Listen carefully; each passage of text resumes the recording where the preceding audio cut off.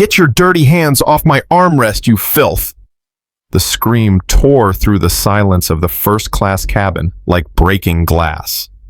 Before Julian Thorne could even process the words, a heavy orange Hermes Birkin bag slammed violently into his chest.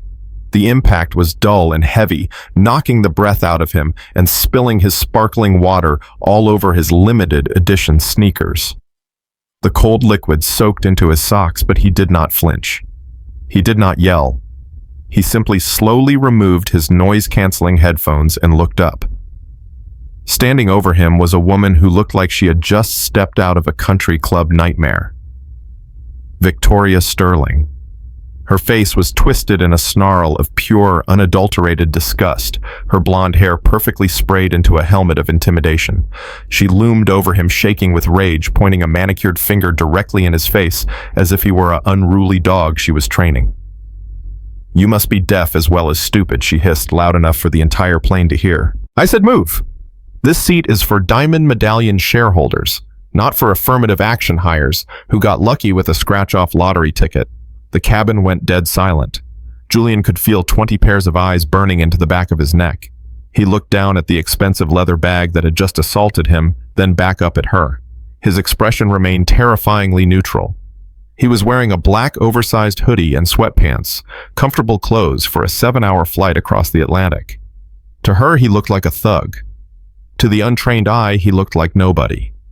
She had no idea that the hoodie he was wearing was woven from vicuna wool and cost more than her first car.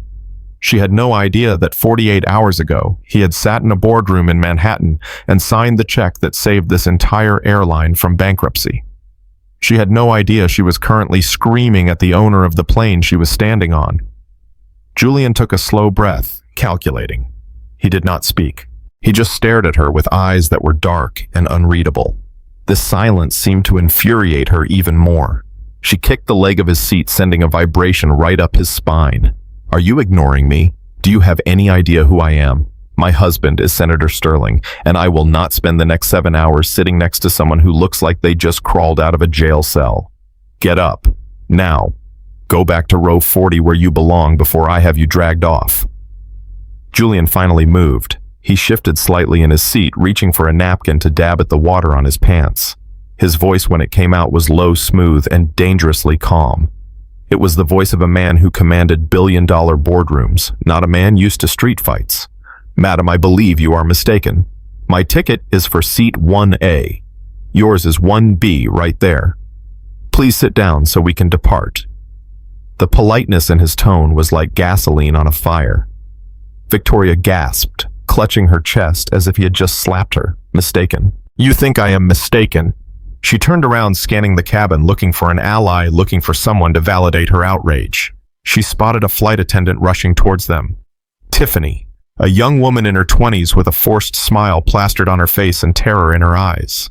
Tiffany had seen the diamond tag on Victoria's bag. She had seen the expensive jewelry. And then she saw Julian, a large, black man in a hoodie, sitting in the most expensive seat on the plane. The bias kicked in faster than a reflex. Tiffany rushed forward, stopping just short of Victoria, placing a comforting hand on the older woman's arm, while casting a suspicious, wary glance at Julian. "Mrs. Sterling, I am so sorry for the disturbance," Tiffany said, her voice dripping with professional apologetic sweetness directed entirely at the aggressor. "Is this passenger bothering you?" Victoria seized the moment. She pointed a trembling finger at Julian, putting on a performance worthy of an Academy Award. "Bothering me. He is harassing me. I went to the lavatory for 2 minutes, and when I came back, this animal was in my seat. He refused to move. He smells like weed and cheap alcohol, and he is terrifying me. Look at him. He probably snuck up here from economy while the boarding doors were open. You need to get him out of my sight immediately, or I am calling my husband." It was a lie. A blatant, provable lie. Julian had boarded first. He had been sitting there for 20 minutes reviewing acquisition reports on his phone. He had not touched a drop of alcohol. But Tiffany did not ask for proof. She did not check the manifest. She did not ask the other passengers who were watching the scene unfold with a mix of horror and morbid curiosity. She made a choice. She chose the narrative that fit her worldview. She straightened her back, squaring her shoulders as she turned to face Julian. The customer service smile vanished, replaced by a stern authoritarian scowl reserved for unruly children and criminals. "Sir, I am going to have to ask you to gather your belongings and return to your assigned seat in the main cabin immediately." Julian looked at Tiffany. He saw the fear behind her eyes, but he also saw the arrogance, the belief that she had the power here. He felt a flicker of disappointment. He had bought this airline intending to rebrand it as a beacon of modern luxury and inclusivity. Instead, he was seeing the rot at its core within minutes of stepping on board. "I am in my assigned seat," Julian said clearly, his voice slightly harder now. "I boarded 20 minutes ago. Check your manifest. I am Julian Thorne, seat 1A. Tiffany let out a sharp, exasperated sigh, rolling her eyes openly. "Sir, do not make this difficult. We have strict protocols regarding self-upgrades. You cannot just sneak into first class because you see an empty seat. It is theft of service and it is a federal offense. I will not ask you again. Grab your bag and move, or I will have the pilot radio for airport security." Victoria let out a cruel, triumphant laugh from behind the flight attendant. "Tell him, dear. Maybe if you use smaller words, he will understand. These people think the world owes them a handout." Julian felt the muscles in his jaw tighten. He could buy this woman's entire life with the interest his bank account earned in a single day. But right now, in this metal tube at 30,000 feet, he was powerless against the weight of their prejudice. He reached into his pocket slowly. Tiffany flinched, stepping back as if he were reaching for a weapon. Panic flashed across her face. "Hands where I can see them," she shrieked, her voice cracking. Julian froze, then slowly pulled out his smartphone. He unlocked the screen, bringing up his digital boarding pass. The QR code was bright and clear next to his name and the seat number 1A. "I am showing you my boarding pass," Julian said, extending the phone towards her. "Read it. It matches my ID. It matches the manifest. Just look at the screen." Tiffany didn't look. She was too far gone in her assumption, too committed to the power trip she was on. She saw the phone in his hand not as proof, but as defiance. She saw a black man challenging her authority in front of a VIP customer. She snapped. In a moment of pure, unthinking escalation, Tiffany reached out and slapped the phone hard. The device flew out of Julian's hand, spinning through the air before skidding across the floor and sliding under the seat across the aisle. The sound of the phone hitting the carpet was soft, but the silence that followed was deafening. Julian looked at his empty hand. Then he looked at Tiffany. Her chest was heaving, her face flushed with adrenaline and a sudden dawning realization that she might have gone too far. But she couldn't back down now. Not in front of Victoria Sterling. "I told you I do not want to see your fake Photoshop apps." Tiffany spat out, her voice shaking to cover her fear. "I know a fake ticket when I see one. You are trespassing, and now you are refusing crew member instructions. That is a felony." Julian slowly unbuckled his seatbelt. The click of the metal buckle sounded like a gunshot in the quiet cabin. He stood up. He was tall, over 6'2", and when he stood, he cast a long shadow over both women. Victoria took a step back, clutching her Hermes bag tighter. Tiffany swallowed hard, tilting her head up to meet his gaze, trying to maintain her crumbling facade of authority. Julian did not look at the phone on the floor. He did not look at the gawking passengers. He looked directly at the name tag pinned to Tiffany's uniform. Tiffany Miller, senior flight attendant. He memorized it. Then he looked at Victoria. "You just made the biggest mistake of your career," Julian said. His voice was no longer smooth. It was cold. Absolute zero. It was the voice of a man who decided fates. "And you, madam," he said, turning to Victoria, "you are about to learn that money cannot buy you class, but it can certainly buy consequences." Victoria scoffed, though her eyes darted nervously to the entrance of the cabin where the commotion had attracted the attention of the cockpit. "Oh, shut up," she sneered. "You are threatening me." "Did you hear that, Tiffany? He threatened me. Get the captain. I want him arrested. I want him off this plane." Tiffany nodded, retreating to the intercom phone on the wall, her hands shaking as she grabbed the receiver. "Captain, come to the first-class cabin immediately," she said into the line, her voice trembling with manufactured victimhood. "We have a code red. Passenger refuses to comply. He is aggressive. I repeat, we have an aggressive male in row 1. Julian stood there alone in the aisle, surrounded by luxury yet treated like a criminal. He adjusted his cuffs. He could feel the vibration of the engine starting to hum beneath his feet. They thought this was the end. They thought they had won. They had no idea that the game hadn't even started yet, and they were already losing. Julian closed his eyes for a brief second, visualizing the organizational chart of the company he now owned. He visualized the firing protocols. He visualized the legal team he had on speed dial. When he opened his eyes again, the sadness was gone, replaced by a cold, hard resolve. Let them call the captain. Let them call the police. Let them burn it all down. He would build it back up from the ashes, but first he had to take out the trash. The suffocating tension in the first-class cabin was broken by the sound of heavy footsteps approaching from the jet bridge. Julian took a deep breath. He knew that rhythm. He knew that confident stride. It was the walk of a man who thought he owned the world because he had never been told no. Into the cabin stepped Kyle Henderson.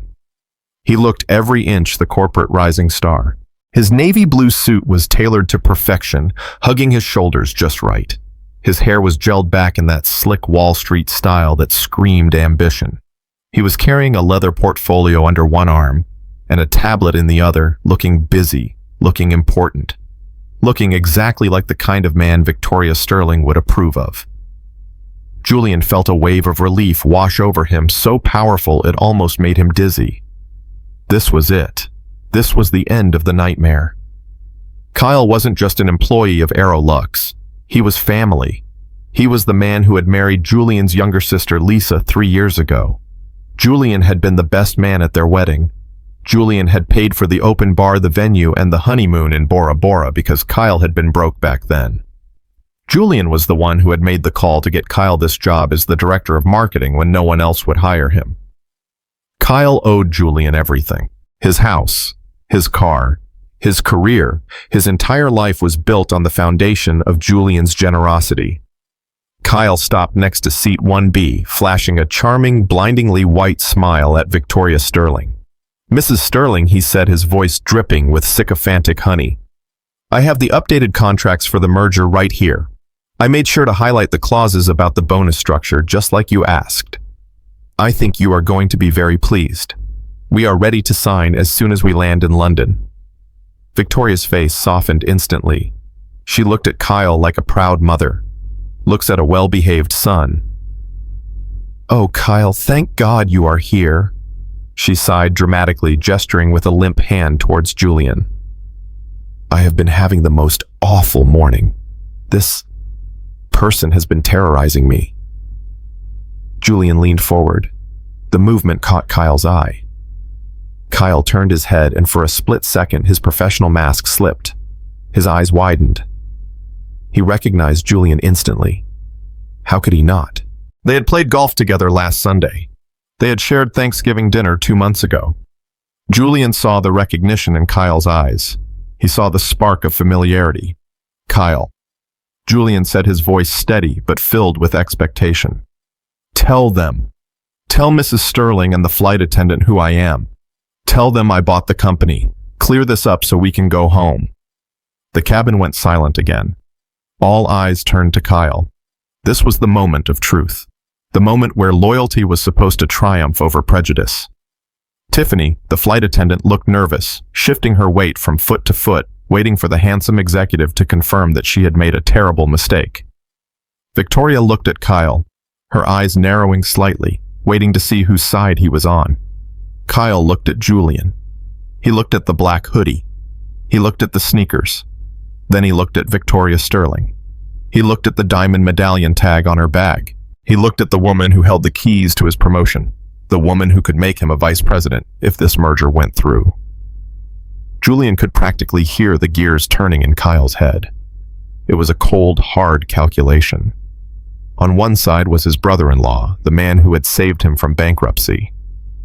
On the other side was power influence and the approval of the white elite he so desperately wanted to be a part of. Kyle's face changed. The shock vanished. A slow, cruel sneer curled the corner of his lip. He straightened his tie, puffing out his chest. He turned his back on Julian, facing Victoria completely. "I am sorry, Mrs. Sterling," Kyle said, his voice loud and clear. I have never seen this man before in my life. Julian felt like he had been punched in the gut. The air left his lungs. He sat frozen, staring at the back of Kyle's head. The betrayal was so sharp, so sudden, it didn't even register as pain at first. It registered as shock.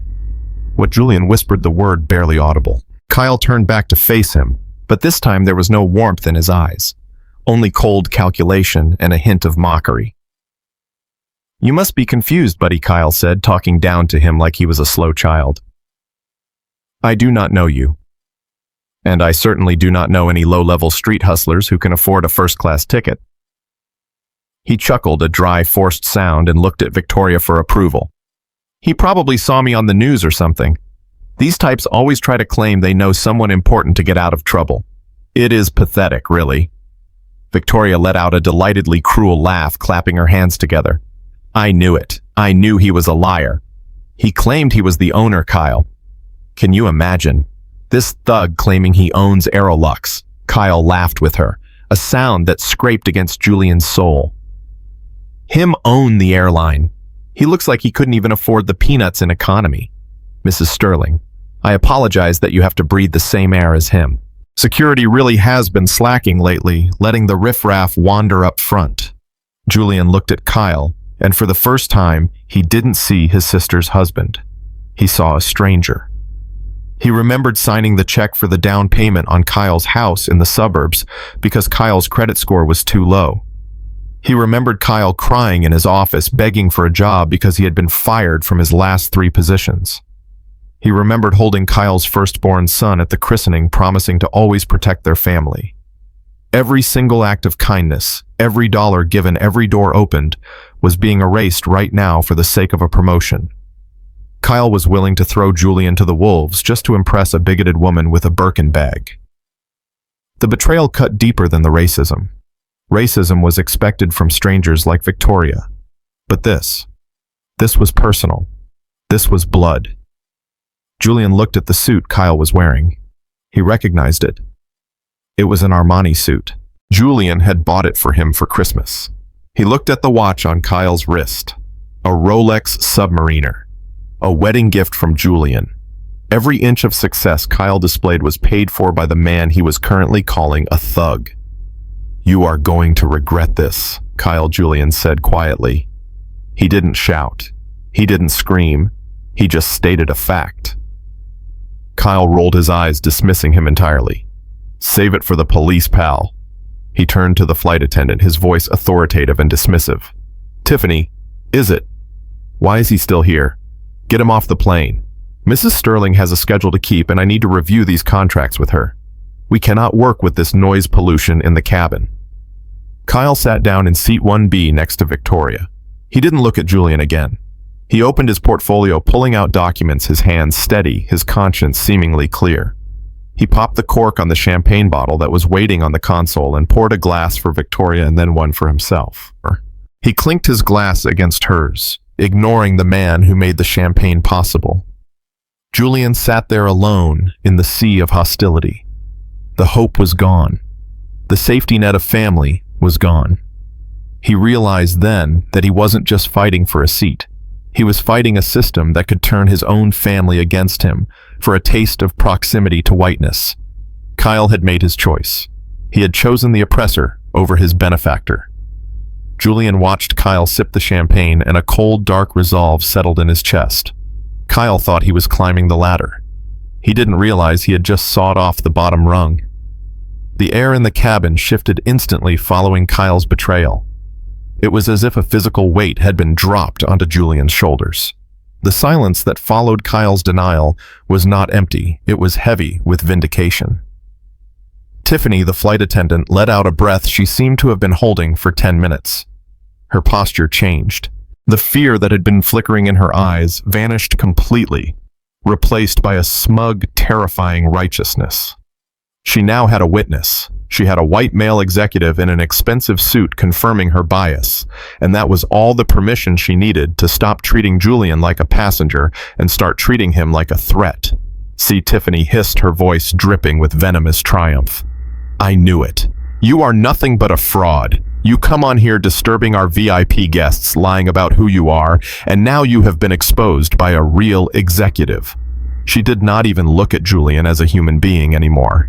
To her, he was just a problem that needed to be removed, a stain on the pristine carpet of her first-class cabin. She snatched up the cabin phone again, her fingers stabbing at the buttons with aggressive force. "Captain Brad, we need you out here now. The situation has escalated. The intruder is refusing to leave, and he is now harassing Mr. Henderson." Julian sat perfectly still. He did not look at Tiffany. He kept his eyes fixed on the back of seat 1B, where Kyle was settling in. He watched as Kyle adjusted his suit jacket as if he hadn't just destroyed a man's life. Julian's heart was hammering against his ribs, not from fear, but from a cold, burning rage that was slowly spreading through his veins. He had faced hostile boardrooms. He had faced sharks on Wall Street. But this was different. This was a system closing ranks. This was the walls closing in. The cockpit door burst open with a force that rattled the frame. Captain Brad stepped out. He was a mountain of a man with silver hair and 4 gold stripes on his shoulder epaulets. He looked like the central casting version of an airline pilot, confident, authoritative, and utterly impatient. He checked his heavy gold watch as he stormed down the short aisle, his face set in a grim line. "We are already 7 minutes behind schedule," he barked, his voice booming in the small space. "I have a slot to hit in London, and I am not losing it because of some drama in the cabin." "What is the problem here?" Victoria Sterling saw her moment. She let out a theatrical sob, clutching a tissue to her chest. "Oh, Captain, thank God you are here." She pointed a trembling finger at Julian. "This man, this violent man, he has been threatening me. He attacked me with his words. And then he tried to intimidate this poor young man here." She gestured to Kyle. "I do not feel safe flying with him. He looks like a criminal. He acts like a criminal. Please get him off this plane before he hurts someone." Captain Brad did not ask Julian for his side of the story. He did not ask to see a ticket. He did not ask to see ID. He looked at the crying white woman. He looked at the frantic flight attendant. And then he looked at the black man in the hoodie. The calculation in his eyes took less than a second. It was the same calculation Julian had seen 1,000 times before. In Captain Brad's world, people who looked like Julian did not sit in seat 1A unless they were athletes or rappers, and even then they were barely tolerated.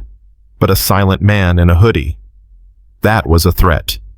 Brad marched up to seat 1A, stopping so close that his belt buckle was at Julian's eye level. He loomed over him, using his physical size as a weapon of intimidation. "Listen to me, son," Brad growled, his voice low and dangerous. "I do not know how you got past the gate agent, and I do not care what kind of scam you are running. But on my ship, my word is law. You have disrupted my crew. You have upset my high-value passengers, and you are delaying my takeoff." Julian looked up. His expression was calm, terrifyingly calm. "Captain, I suggest you check your flight manifest before you make a decision you cannot undo. I am the owner of this seat." Brad laughed. It was a harsh barking sound devoid of humor. "The owner. You think you are funny. You think this is a joke." He leaned in closer, invading Julian's personal space, his breath smelling of stale coffee. "Let me tell you what is going to happen. You are going to stand up. You are going to grab that bag, and you are going to walk off this aircraft on your own 2 feet. If you do not, I will have the federal marshals drag you off. And if they have to drag you off, I will personally file the paperwork to have you placed on the federal no-fly list." The cabin gasped. The no-fly list was not a minor inconvenience. It was a life sentence. It meant no more travel for work, no more vacations, no more visiting family. It was a tool designed for terrorists, and here it was being weaponized against a paying customer because he didn't fit the aesthetic of the cabin. Brad checked his watch again, tapping the glass face dramatically. "You have 30 seconds. 30 seconds to decide if you want to walk away or if you want to never set foot on an airplane again. I am not playing games with you." The unfairness of it was suffocating. Here was Julian, the man who literally owned the plane, the man who signed the paychecks for every person standing over him, being given an ultimatum by his own employee. He looked at Brad's name tag. Brad Miller. He memorized it just like he had memorized Tiffany's. The arrogance was staggering. They were so sure of their power, so sure that the world worked one way and one way only. They couldn't conceive of a reality where the man in the hoodie held the keys to the kingdom. From the seat across the aisle, the sound of a cork popping echoed through the tense atmosphere. It was a festive sound, completely at odds with the violence of the moment. Julian slowly turned his head. Kyle had successfully opened the bottle of Dom Perignon 2012. The golden liquid foamed over the neck of the bottle, catching the light. Kyle poured a generous amount into a crystal flute, the bubbles dancing to the surface. He looked relaxed, comfortable, entirely at home. He took a slow, deliberate sip, savoring the expensive vintage. Then he lowered the glass and looked directly at Julian. There was no shame in his eyes anymore, only the cold, hard look of a man who had picked the winning side. Kyle swirled the champagne in the glass, leaning back into the soft leather of the seat that Julian had paid for. "Come on, buddy," Kyle said, his voice loud enough for the captain and Victoria to hear. "You heard the captain. Don't be an idiot. Just leave. You are making everyone uncomfortable." He took another sip, smacking his lips slightly. Besides, Kyle added a cruel smirk playing on his lips as he gestured around the cabin with his champagne flute. "You are ruining the vibe. This is first class. It is for people who belong here.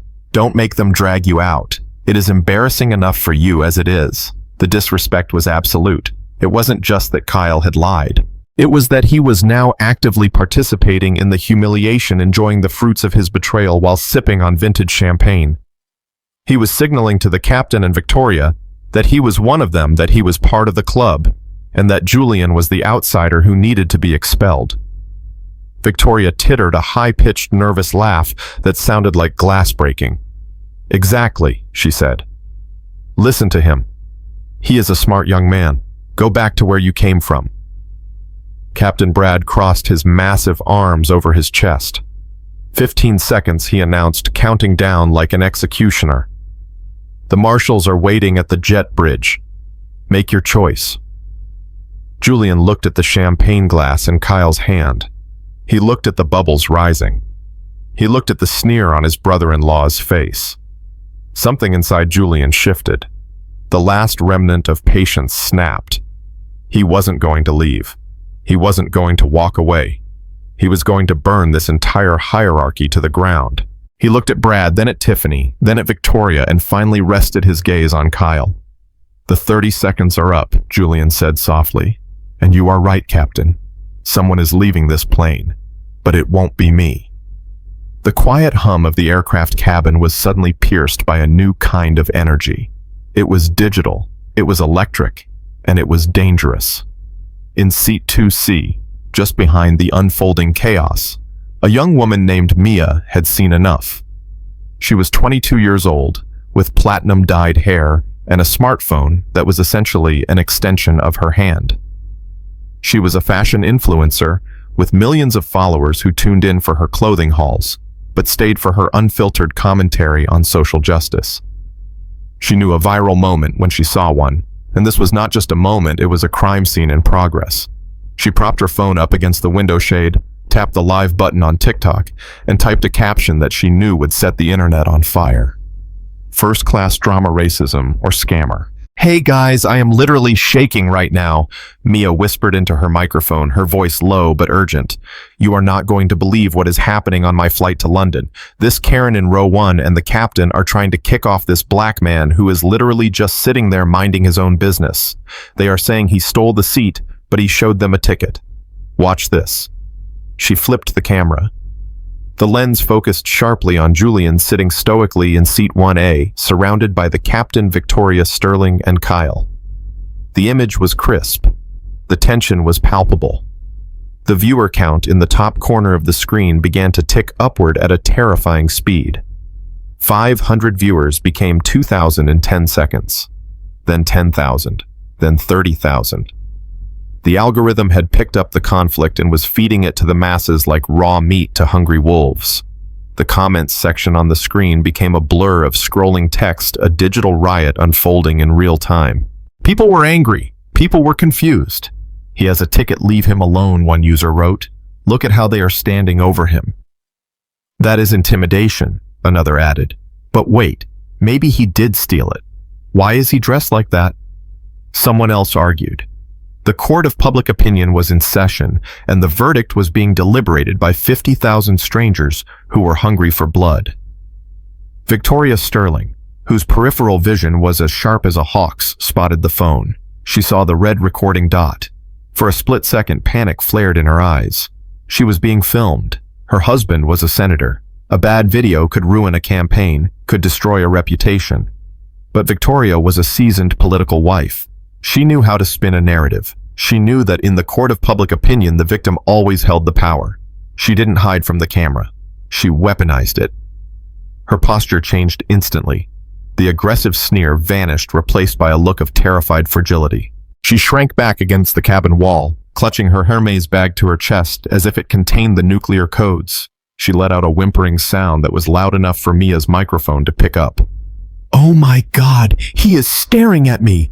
she cried out, her voice pitching up an octave into a perfect note of hysteria. "Please, Captain, get him away from me. He just threatened me. He said he was going to snatch my bag if I didn't shut up. Look at him, he is so aggressive." Julian blinked.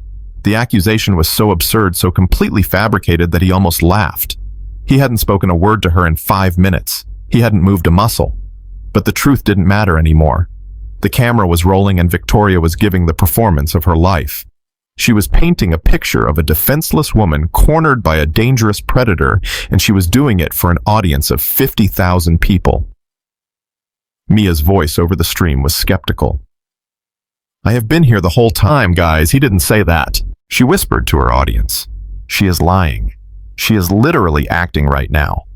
But the seed was planted. In the comments, the tide began to turn slightly. "Wait, did he really threaten her?" asked one user. "If he threatened her, get him off the plane," wrote another. "Safety first, I don't care who he is," typed a third. Kyle Henderson saw the shift. He saw the camera too. He sat there in seat 1B, the champagne glass still in his hand, and he felt the cold sweat of self-preservation. He knew exactly what was happening. This video would be seen by everyone. It would be seen by the board of directors. It would be seen by his country club friends. It would be seen by Victoria's husband. If he sat there and did nothing, he would look weak. He would look like he let a woman be threatened on his watch. But worse, if he defended Julian, he would be publicly aligning himself with the accused. He would be the man who defended the thug against the senator's wife. Kyle made a choice that would seal his fate. He decided that if he was going to be the villain in Julian's story, he might as well be the hero in Victoria's. He set his champagne glass down on the tray table with a sharp clink. He stood up, adjusting his suit jacket, stepping into the frame of the camera, ensuring his handsome face was well lit. He positioned himself between Victoria and Julian, essentially acting as a human shield against a threat that didn't exist. "It is true," Kyle said, his voice booming with fake righteousness. He looked directly into Mia's camera lens, breaking the fourth wall, addressing the internet directly. "I heard him too." He leaned over and whispered that he was going to kill her if she didn't stop complaining. The cabin gasped. The word kill hung in the air like a toxic cloud. It was a massive escalation. Accusing someone of theft was one thing. Accusing them of a death threat was a felony. It was justification for force. It was justification for anything the captain decided to do next. "You are lying," Julian said. His voice was calm, but it carried a dangerous undercurrent. "Kyle, look at me. You are lying to 50,000 people right now. Do you really want to do this?" Kyle didn't look at Julian. He looked at the camera. He looked at the captain. "This man is dangerous." Kyle continued building the lie, brick by brick. "He is unstable. As an executive of this airline, I cannot allow our passengers to be terrorized. Captain, I support whatever measure you need to take to neutralize this threat." The live stream numbers exploded. 70,000 viewers. The comments were moving so fast they were unreadable. The digital mob was screaming. The situation had spiraled out of control. It was no longer a dispute over a seat. It was a hostage situation manufactured by lies. Julian sat in the eye of the hurricane, watching the man he considered a brother drive a knife into his back and twist it. He looked at the phone recording him. He looked at the fear on the faces of the other passengers who believed the lie, and he realized that he had to end this. not just for himself, but for the truth. He looked at his phone, which was still lying on the floor where Tiffany had slapped it. It was time to stop playing by their rules. It was time to show them what real power looked like. But for one more moment, he let the camera roll. He let them dig their graves a little deeper, because the deeper the hole, the harder it would be for them to climb out when the dirt started falling. The atmosphere in the cabin shifted from tense to suffocating the moment the heavy, reinforced door of the aircraft opened. 2 federal air marshals stepped onto the plane. They were not smiling. They were not there to de-escalate. They were built like linebackers wearing tactical vests over their plain clothes, and they moved with the heavy, terrifying efficiency of men who were used to using force first and asking questions later. Captain Brad stepped aside, pointing a thick finger directly at Julian. "That is him. Seat 1A. The suspect has made verbal death threats against a VIP passenger and is refusing to debark." The lead marshal did not look at Julian's face. He did not look at the ticket in Julian's hand. He saw the threat profile that had been radioed in. Black male, large build, belligerent. In the confined space of an aircraft, that description alone was enough to strip away every civil right Julian possessed. The marshal moved with blinding speed. There was no conversation. There was no request for identification. There was only violence. "Get up." The command was barked out at the same moment a heavy hand clamped down on Julian's shoulder. Before Julian could even unbuckle his seatbelt, he was yanked upward. His water bottle fell to the floor, rolling under the seat. The second marshal moved in from the left, grabbing Julian's wrist and twisting it behind his back with a force that was designed to dislocate joints.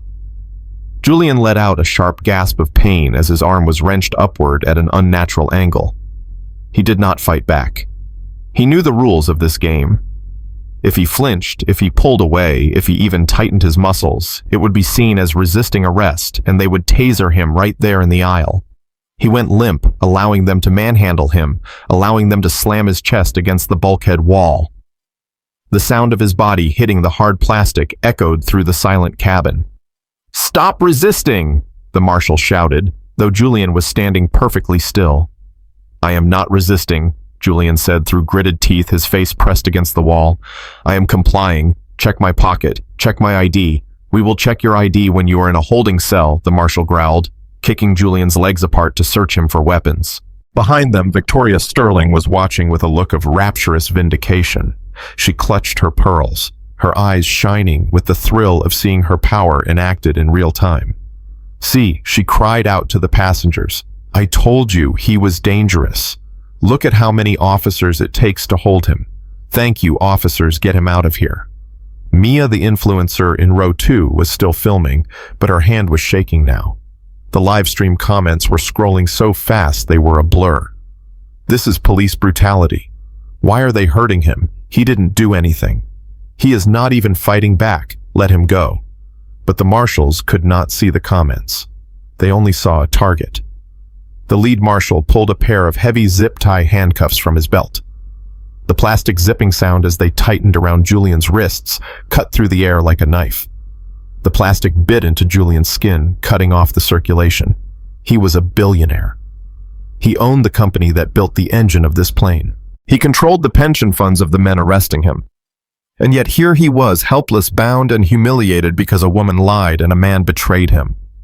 The injustice burned hotter than the pain in his shoulders. Julian turned his head, pressing his cheek against the cold wall to look back at the cabin. He found Kyle. His brother-in-law was still standing there, still playing the role of the concerned executive. Kyle looked pale. He was watching the violence with a mixture of fear and guilt, but he was not moving to stop it. He was letting it happen. Julian took a deep breath. He needed to be heard. Not by the police. By Kyle. "Kyle," Julian shouted, his voice cutting through the noise of the struggle. It was a command, not a plea. "Kyle, look at me." The marshal shoved Julian's head back against the wall. "Quiet, suspect." Julian ignored the officer. He locked eyes with Kyle. "This is it, Kyle. This is your last chance. I am giving you one final opportunity to tell the truth. Speak up now. Up. Tell them who I am. Tell them about the house. Tell them about the job. Because if I walk off this plane in handcuffs, I promise you, by tomorrow morning you and Lisa will be on the street. I will take the house. I will take the car. I will take everything I gave you. Do not test me." The cabin went deadly silent. The specificity of the threat hung in the air.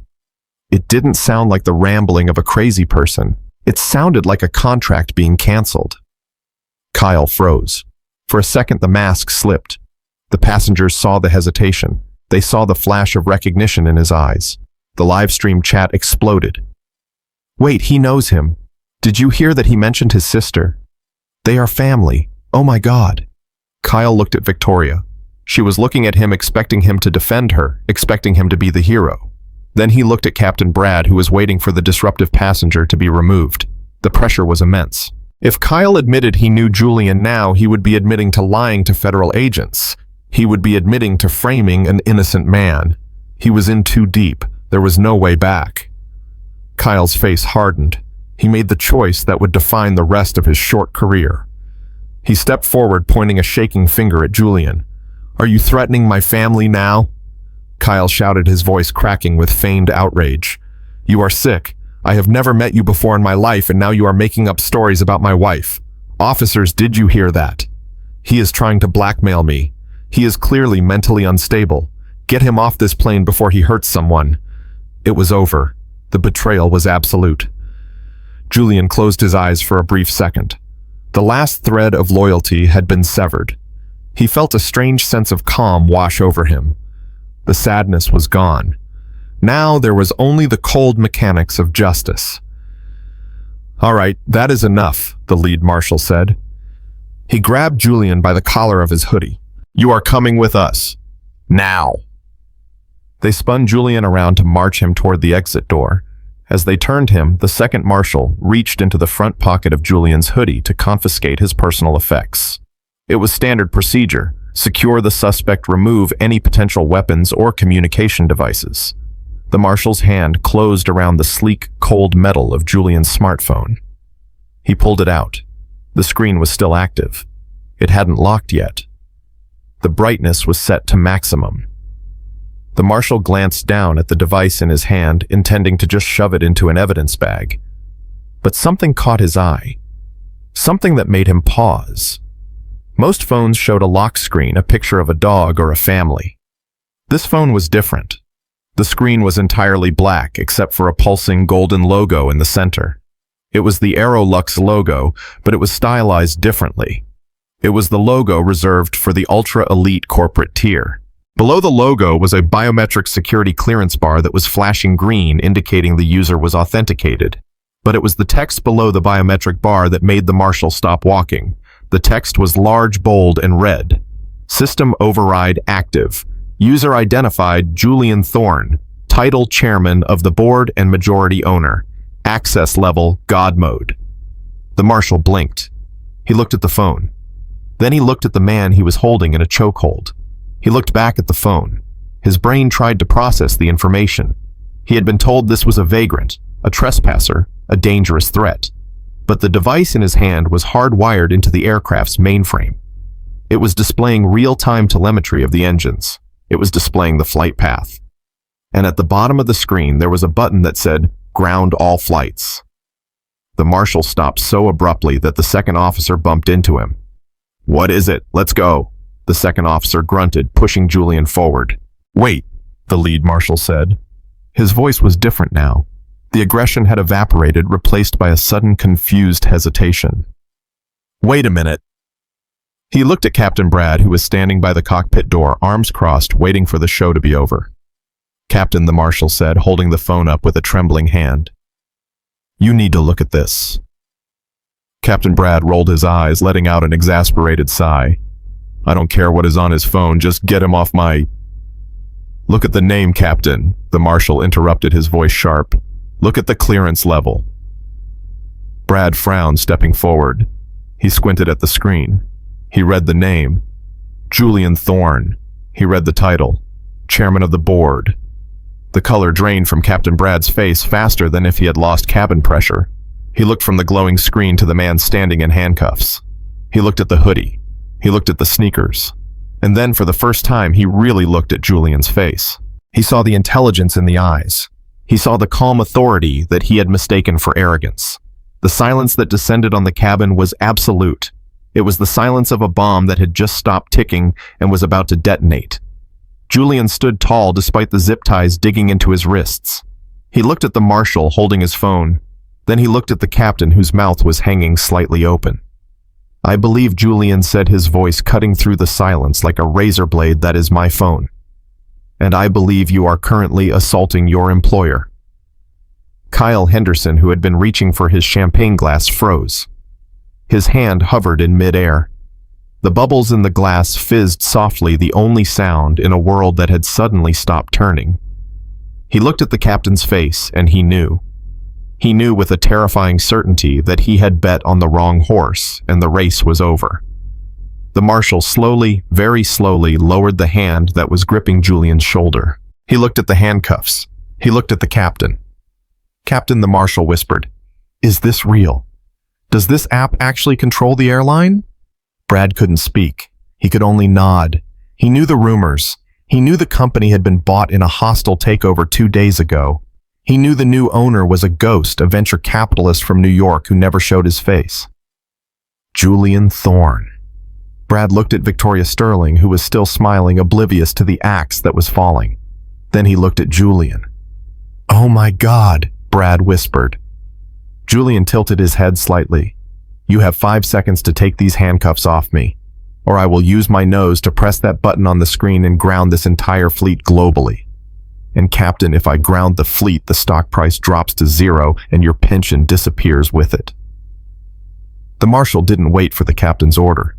He fumbled for the cutting tool on his belt, his hands shaking so hard he almost dropped it. The sound of the plastic zip tie being cut was the loudest sound in the world. Snap. Julian rubbed his wrists. He did not say thank you. He reached out and took his phone from the marshal's paralyzed hand. He tapped the screen once, canceling the emergency override.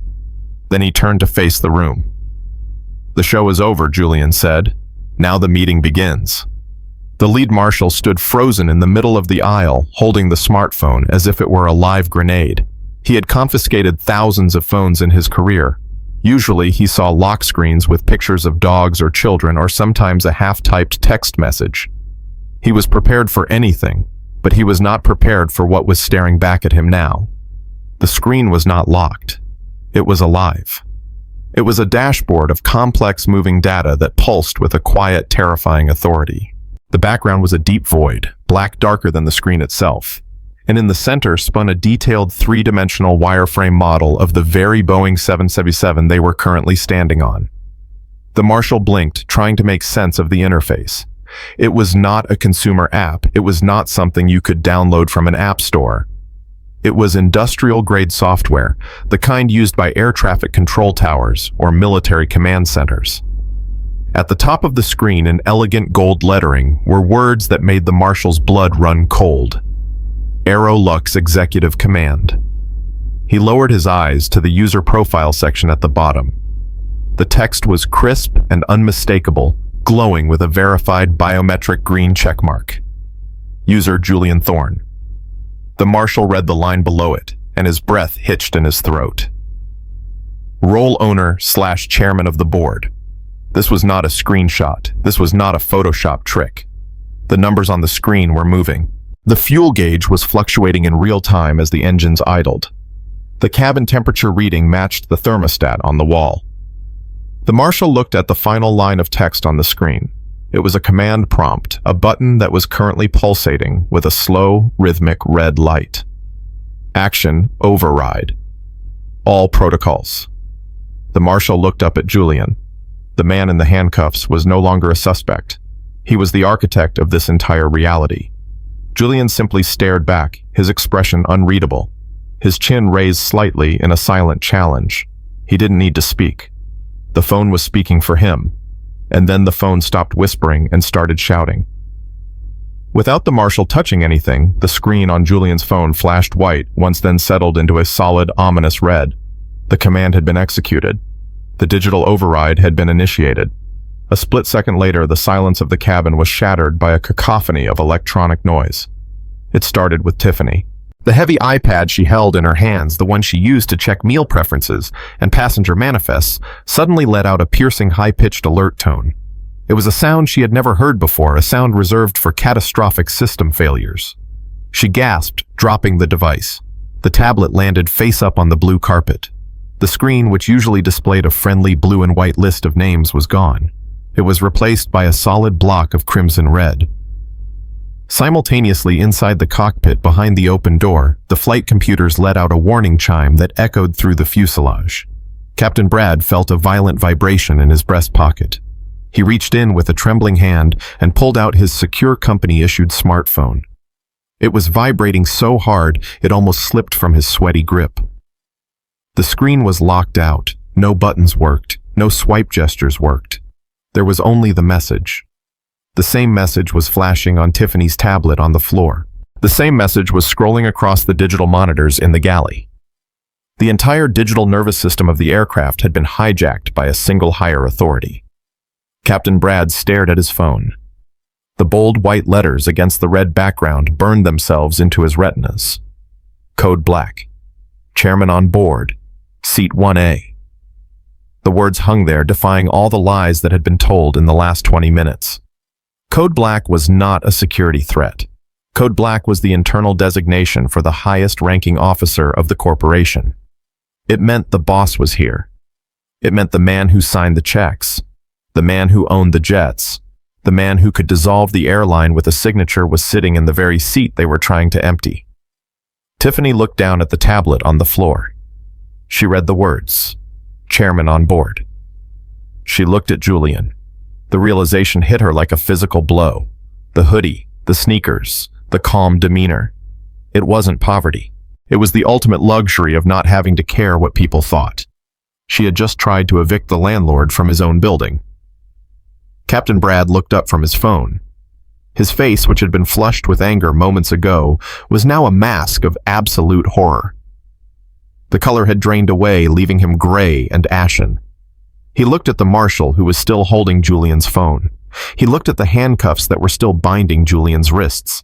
The golden stripes on his shoulder suddenly felt very heavy. He realized with a sick, sinking feeling in his stomach that he had just ordered federal agents to assault the man who owned the plane he was flying. The cabin was silent again, but this time it was a different kind of silence. It was the silence of a vacuum just before the explosion. The electronic alert on the screens continued to pulse a silent red heartbeat that synchronized with the fear rising in the throats of everyone who had sided against Julian. Kyle Henderson sat in seat 1B. He had seen the notification on Tiffany's tablet. He saw the text, Chairman on board. The champagne in his stomach turned to acid. The glass he was holding slipped from his fingers, hitting the tray table and toppling over. The expensive vintage spilled across the leather armrest, dripping onto his Armani suit pants. Kyle didn't move to wipe it up. He couldn't move. He was paralyzed by the terrifying clarity of his own destruction. He looked at Julian, and for the first time he understood the magnitude of the mistake he had made. He hadn't just betrayed a brother-in-law. He had declared war on a king. The red emergency lights pulsing from the galley screens bathed the first-class cabin in a rhythmic crimson glow. It was the heartbeat of a system that had recognized its master. The silence that followed the revelation was heavier than gravity. The low hum of the Boeing 777 engines seemed to roar in the quiet cabin. Every person in the first few rows was frozen in a tableau of shock. The air conditioning vents hissed softly, blowing cold air onto the sweating foreheads of the crew members who had just realized the magnitude of their error. Julian Thorne stood in the center of the aisle. The plastic zip ties lay on the floor at his feet like shed skin. He rotated his shoulders slowly, working out the stiffness where the marshal had wrenched his arm. The two federal agents who had been ready to tackle him seconds ago were now backing away with their hands raised in a universal gesture of surrender. They looked terrified not of physical violence, but of the career-ending bureaucracy that was staring them in the face. They had laid hands on a man whose net worth was higher than the GDP of the small countries they sometimes flew over. Julian did not look at them. They were tools. Blaming them was like blaming a hammer for hitting a nail. He focused his attention on the real architects of this disaster. He reached down and smoothed the front of his black hoodie. The fabric, which Victoria had called dirty and cheap, was actually a rare blend of vicuna and silk. But now it wasn't just clothing. It was a uniform. It was the battle armor of a new kind of power. He adjusted his cuffs with a slow, deliberate precision that commanded the attention of everyone in the room. He turned toward the center console between seats 1A and 1B. The bottle of Dom Perignon that Kyle had opened was sitting there nestled in a silver bucket of melting ice. Beside it was a fresh, crystal flute that had been set out for Victoria. Julian reached out. His hand was steady. He wrapped his fingers around the neck of the champagne bottle. The glass was cold and wet with condensation. He lifted it and poured the golden liquid into the clean flute. The sound of the champagne fizzing was the only noise in the entire plane. He filled the glass to the brim. He picked up the glass and held it up to the light, inspecting the bubbles rising to the surface. Then he turned to look at Kyle Henderson. Kyle was still sitting in seat 1B. He looked like a wax figure that had been left too close to a fire. His face was drained of all color, leaving his skin a sickly gray. His mouth was slightly open, but no sound was coming out. His eyes were locked on Julian's face, searching for a trace of the brother-in-law he had known, searching for a hint of mercy or a sign that this was all just a terrible joke. But there was no joke. There was only the cold, hard reality of consequences. Julian took a slow sip of the champagne. He savored it. He swallowed. Then he lowered the glass and spoke. "Kyle," he said, his voice conversational, yet carrying to the back of the cabin.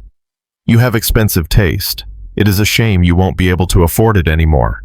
You just drank a toast to your own firing." The words hit Kyle like physical blows.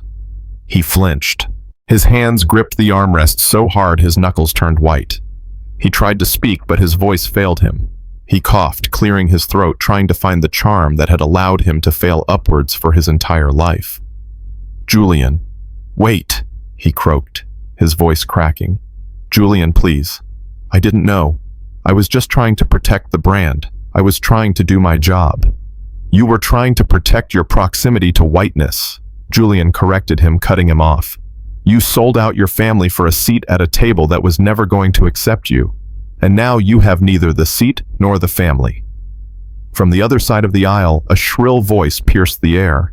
It was Victoria Sterling.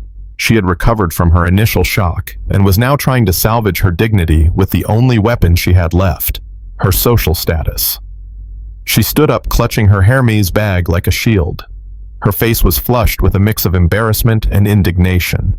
"Excuse me," she stammered, her voice trembling with entitlement. "I do not care who you are or what computer tricks you are playing. You cannot talk to us like this. I am Victoria Sterling. My husband is Senator Sterling. He sits on the Aviation Oversight Committee. If you do not sit down and show me some respect, I will have him launch an investigation into this airline that will bury you." Julian turned his head slowly to look at her. He didn't blink. He didn't look impressed. He looked bored. He took another sip of champagne and set the glass down on the tray table. "Mrs. Sterling." Julian said, his voice dropping an octave. "I am well aware of who your husband is.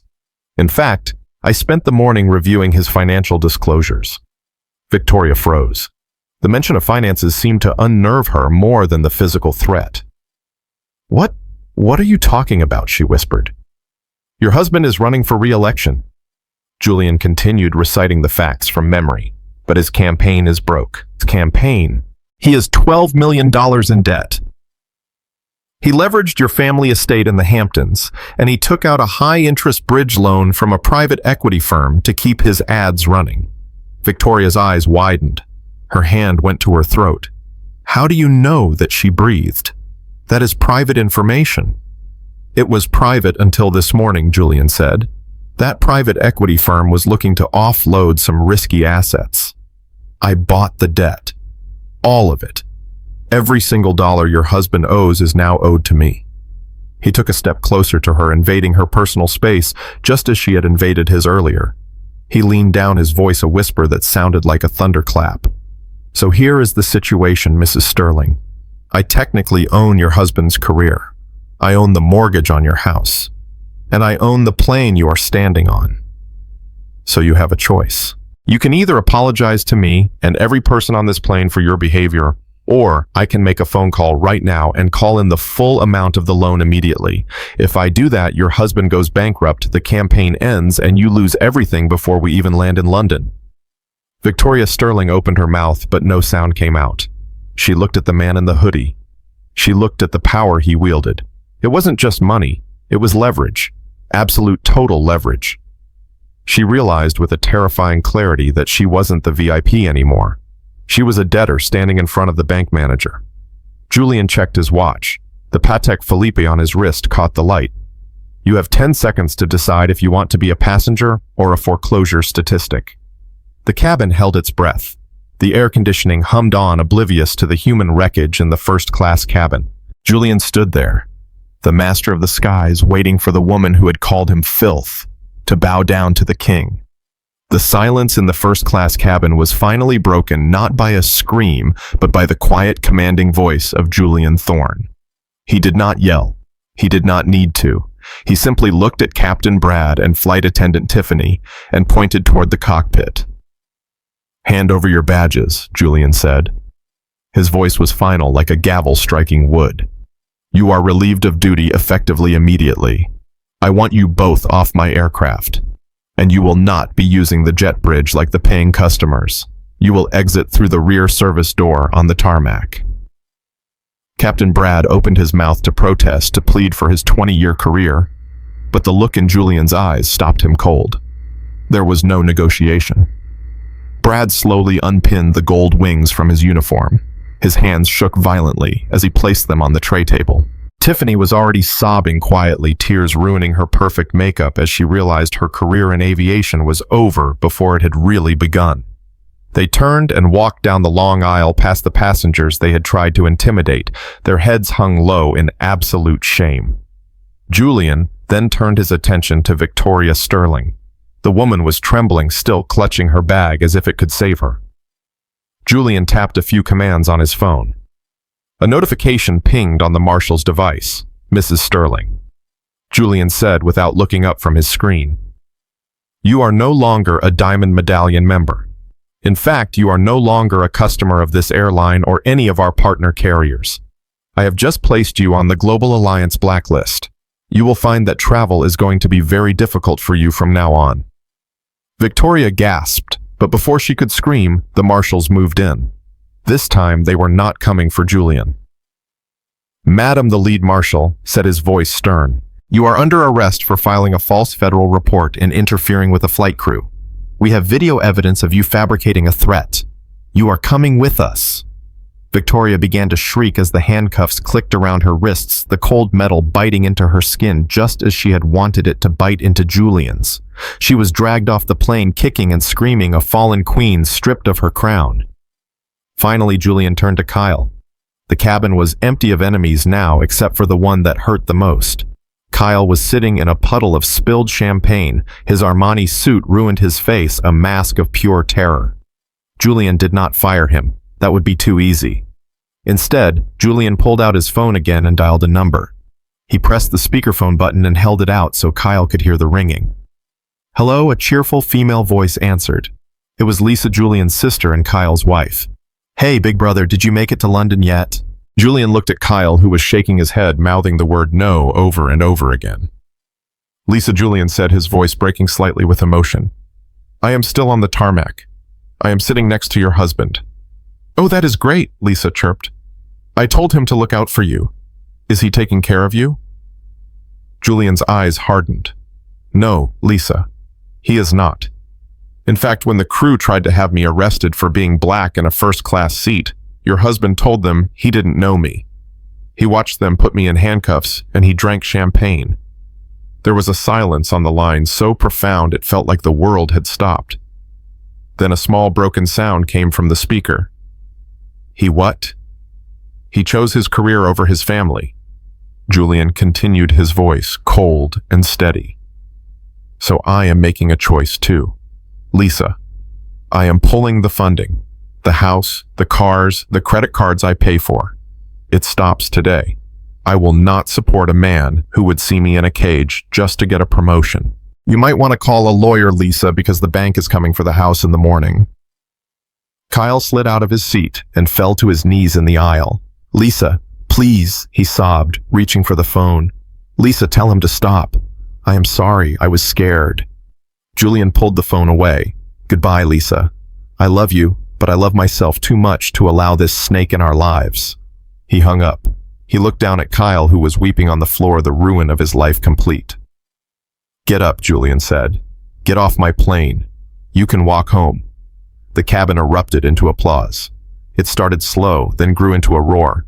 Passengers were standing cheering, wiping tears from their eyes. Justice had not just been served, it had been delivered with surgical precision. Julian walked to the front of the cabin and picked up the public address microphone. He waited for the applause to die down. When he spoke, his voice carried to every row in the plane, from first class to the back of economy. This is your chairman speaking, Julian said. I want to apologize for the delay, but I also want to make a promise. From this day forward, Aerolux has a new policy. We have zero tolerance for discrimination. Any employee found judging a passenger by their skin color, their clothes, or their background will be terminated immediately. And to ensure this, I am ordering body cameras to be installed on all customer-facing uniforms starting tomorrow. He paused, looking around the cabin. We are going to build an airline where dignity is the most expensive thing on board, and it is free for everyone. Thank you for flying with us. He hung up the microphone and walked back to seat 1A. As he sat down, Mia, the influencer from row 2, leaned forward. Her eyes were wide with admiration. Mr. Thorne, she asked, her camera still rolling. You own the airline now. Do you want us to call a private jet for you? You don't have to stay here with us regular people. Julian smiled. It was a genuine warm smile, the first one he had shown all day. He looked at the empty seat where Kyle had been. He looked at the empty seat where Victoria had been. Then he settled back into the leather chair. No, Julian said softly. I will sit right here. I need to make sure that no one is ever treated like that again. Besides, he tapped the armrest of seat 1A. I paid for this seat, and I intend to enjoy it. He put his headphones back on, closing his eyes as the new flight crew rushed to prepare for takeoff. The engines roared to life, pushing the plane forward, leaving the hate and the prejudice behind on the tarmac. Never judge a book by its cover, especially when that book might own the library, the publishing house, and the ground you are standing on. Julian Thorne taught the world a lesson that day. Respect is not a transaction, it is a requirement. What would you have done if you were in Julian's shoes? Would you have been as merciful, or would you have gone further?